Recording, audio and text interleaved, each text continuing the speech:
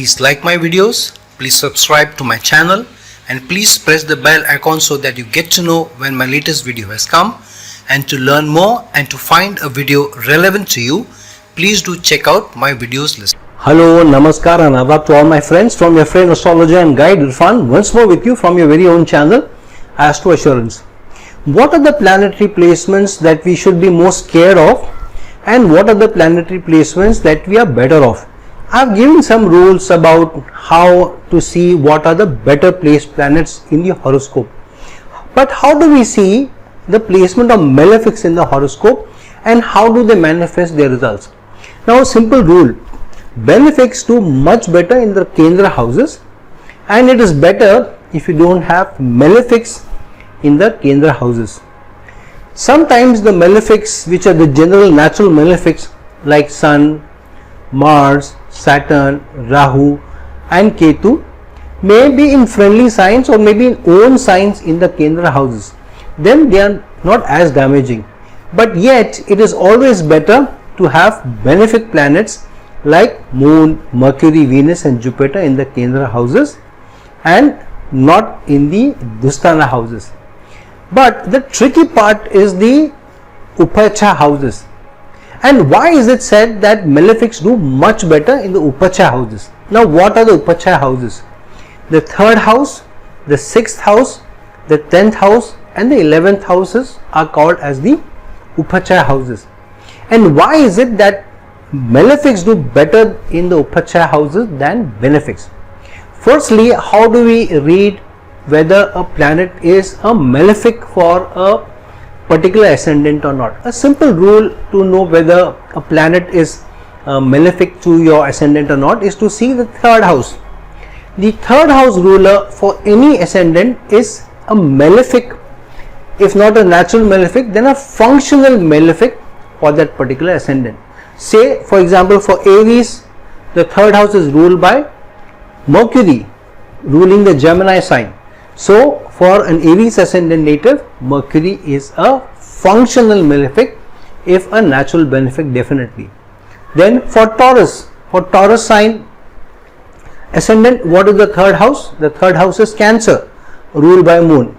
So, for a Taurus ascendant native, Moon becomes a functional malefic, though it is a natural benefic. Then what is the functional malefic for a Gemini ascendant native? By virtue of its relation with the 3rd house. For a Gemini ascendant native, the 3rd house is ruled by Sun, and so for a Gemini ascendant native, the 3rd house ruler Sun becomes a functional malefic as well as it's a natural malefic also, and so on. So in any ascendant, the 3rd house ruler is always a functional malefic, even if it's a natural benefic. And the 3rd house's Karaka is Mars. So the Karaka of the 3rd house is a malefic. It can be a functional benefic for certain ascendants, surely, yet it is a strong malefic and also strong Karaka of the 3rd house. And so because a malefic is the Karaka of the 3rd house, and the 3rd house is generally the malefic planet, or the ruler of the 3rd house is the malefic planet for the ascendant, and hence a malefic going into the 3rd house is a better controller or manifestation of that house results than a benefic. The reason being is, we know steel cuts steel. Why do we take out the venom of snakes? Because we use it as an antidote for other venoms. So certain venoms are the antidote to other venoms. Similarly, a strong malefic is an antidote to other malefic, especially in the Upachaya houses. Why in the Upachaya houses? Because we also have more control over the Upachaya houses rather than the Kendra houses, and hence a malefic going into the 3rd house is a better placement for the malefic rather than being placed in the Kendra houses, rather than having a benefic in the 3rd house. Fourthly, the 3rd house is also the house of effort and your self-enterprise, and usually benefics tend to take time to manifest results in the horoscope if the benefics are placed in the 3rd house, especially because the 3rd house is ruled by a malefic planet to the ascendant. So benefics don't do very well there, and the Karaka is definitely Mars, which is the most malefic planet, or the most malefic, natural malefic in the zodiac. So a good strong malefic planet which goes into the third house is a better controller of your effort and your ability to be able to exert yourself in your life, because the third house is the house of effort, is the house of self-enterprise. So a malefic does better in the third house, because benefics tend to not be able to exert forcefully. So wherever force is needed, going against the grind is needed, showing energy is needed, you need strong malefic energy. And that's why Mars is the Karaka of the third house. No other planet can be the Karaka of the third house as well as Mars can be, and Mars is the most malefic planet. And so having any malefic planet in the third house is a good thing. However, if you have a planet which is a malefic planet, a natural malefic, but also is a strong malefic, then it is better. For example, Mars, Sun and Rahu are better malefics in the third house rather than a Saturn or a Ketu, because Saturn and Ketu to a large extent slow down the results. So the results of your effort is self-enterprise either come late or come very slow, or sometimes not at all if Ketu also plays spoil sport. So that's why a strong malefic in the third house is a better placement than a benefic place there, or than malefic going into the Kendra houses. Then let's come to the other Upachaya house, which is the sixth house. Why is the sixth house a better placement for a malefic? Firstly, the sixth house is a Dusthana, and any benefic going into the Dusthana, which means the energy of the benefic is completely taken away to manifest more abundance, prosperity and good results for the horoscope. And hence it is better, you are better off if benefic planets, naturally benefic planets especially, don't go into the Dusthanas and either remain in the Kendras or go into the trine houses. And what is the sixth house? The sixth house is also the house of competition, enemies, sicknesses. So all sorts of challenges and problems that come into your life can be manifested through, or can be seen or denoted by the sixth house. And hence a malefic going into the sixth house gives you the energy to overcome competition, because you need to be forceful, you need to have the strength to overcome competition, to overcome ill health, to overcome sicknesses, to overcome court cases brought on by people who are not friendly to you. And that's why in the sixth house malefics do much better than benefic planets. And Saturn is the Karaka of the sixth house. Saturn is the Karaka of the sixth, 8th and the 12th house.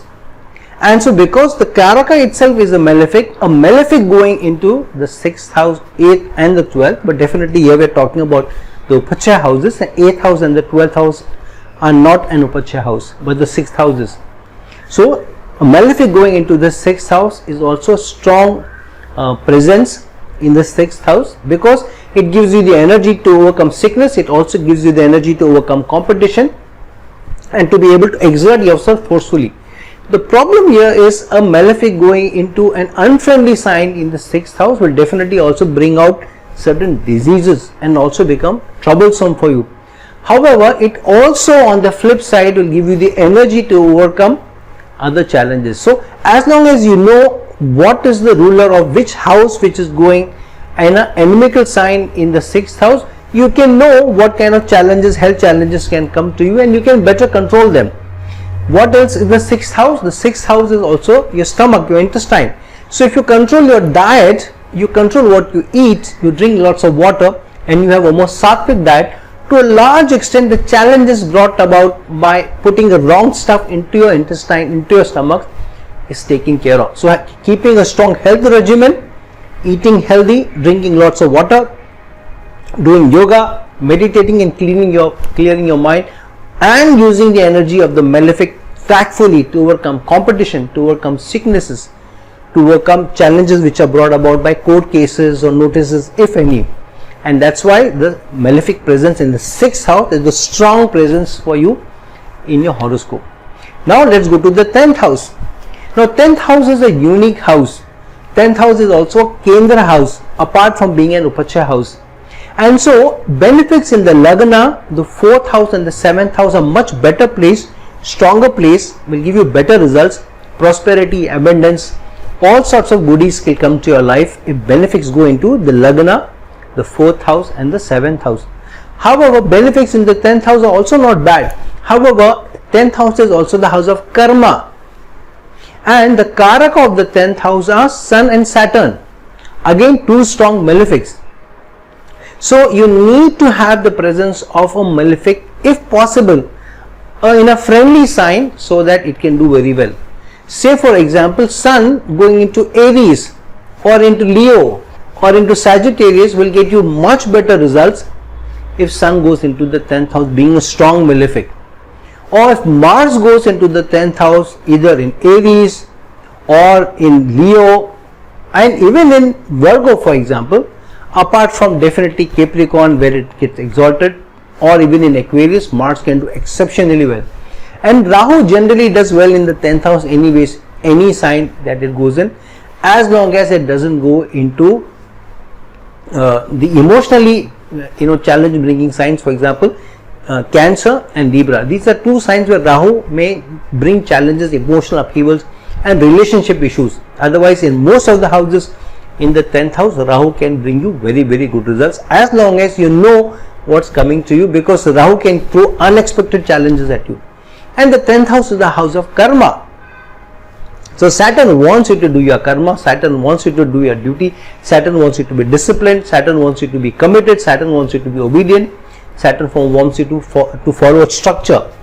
As long as you do that and be tactful, be diplomatic in how you deal with your superiors, your supervisors, your managers, who can be your best friend but they can be your worst enemy. And that's why it is said that people don't leave companies, people leave managers. And why do most of the people leave managers when they are in a service or a job? Because they are not able to deal with the managers, they are not able to deal with supervisors, and many a times people feel that their managers and supervisors are not backing them, not helping them grow, not helping them getting the increments, not helping them get promoted. And so most of the people, and it is a worldwide known that people leave managers, people don't leave organizations or companies. And so your supervisors and managers can become your worst enemy. So you need diplomacy, you need tact. You also need to be able to stay ahead of the game. So you need the energy, you need to be competitive to do your karma in your job and your career. And hence a presence of a malefic in a friendly sign can be a much better placement. For example, Saturn going into Libra in an exaltation sign is a fantastic placement. Or Venus going into Capricorn or into Aquarius can also do very well, though Venus is a benefic, for example. So, but it will slow down the results of the 10th house. So a Sun, a Mars or a Rahu can do great results and can bring you great results, except Saturn and Ketu, which will still bring you results in the 10th house, but Saturn will take its time to help you grow, and Ketu will want you to work not for yourself but for the organization and the larger goal to give you the gains. Lastly, the 11th house. Why is 11th house an Upachaya house in spite of Jupiter being the Karaka of the 11th house? Now, which is the natural ruler of the 11th house? It is Saturn. And Aquarius is the sign of large masses, and somebody who looks at the large problems of the world is able to see much beyond himself or herself. So a person who really wants to get their heart's desires fulfilled, which the 11th house also represents, needs to think larger and look much beyond himself or herself to truly get the gains of the 11th house. And because the 11th house is the house of masses, benefics also do well here. However, to the extent the power, the influence, the mass following that a malefic can bring you, especially Sun or Rahu can bring you in the 11th house, none of the other planets can bring you. So if you truly want to have a strong malefic and do very, very well, getting the gains of the 11th house, then Rahu is number one planet in the 11th house, Sun is the second planet which can get you great gains in the 11th house, and Mars is the third planet which can give you great gains in the 11th house. After that, Saturn can do well, though Saturn will not do as well as the other three malefics, because Jupiter is the Karaka of the 11th house. But Jupiter also helps manifest your desires, fulfillment of your wishes, if you are doing more for larger goals, larger society, and not being too selfish in what you are aspiring to do. So having aspirations, having desires is good, but also looking beyond yourself.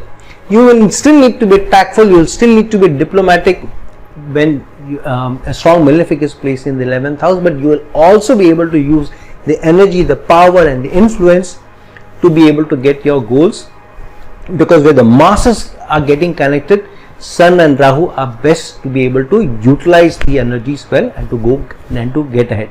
So friends, look into your own horoscopes and see where the malefics are placed, and if they are placed more in the Upachaya houses or in the trine houses, because they are better placed there rather than in the Kendra houses. On the other hand, malefics placed in the Kendra houses, especially the 1st, 4th and 7th, are better off than placed in the Dusthana or even in the Upachaya houses. But if they have to be placed in the Upachaya houses, 10th and 11th houses are safer for malefics rather than getting into the 3rd house or the 6th house.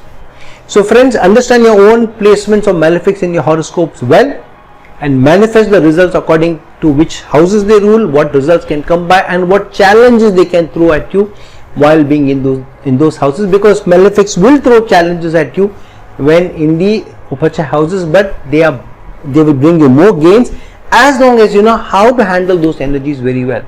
So it's like you have a gun in your hand, you will put it to good use, or you can do a lot of damage also from that. So use that ammunition very well, use the strength very well, and there's no looking back for you to the power and influence that a strong malefic can give to you in the Upachaya houses, as long as you are able to handle that energy well. So friends, like this video, share this video, and if you're looking for a personal consultation for me, please reach out to me, the links given below. Till some other time with some other video, this is your friend Astrologer and Guide Irfan signing off. Ciao.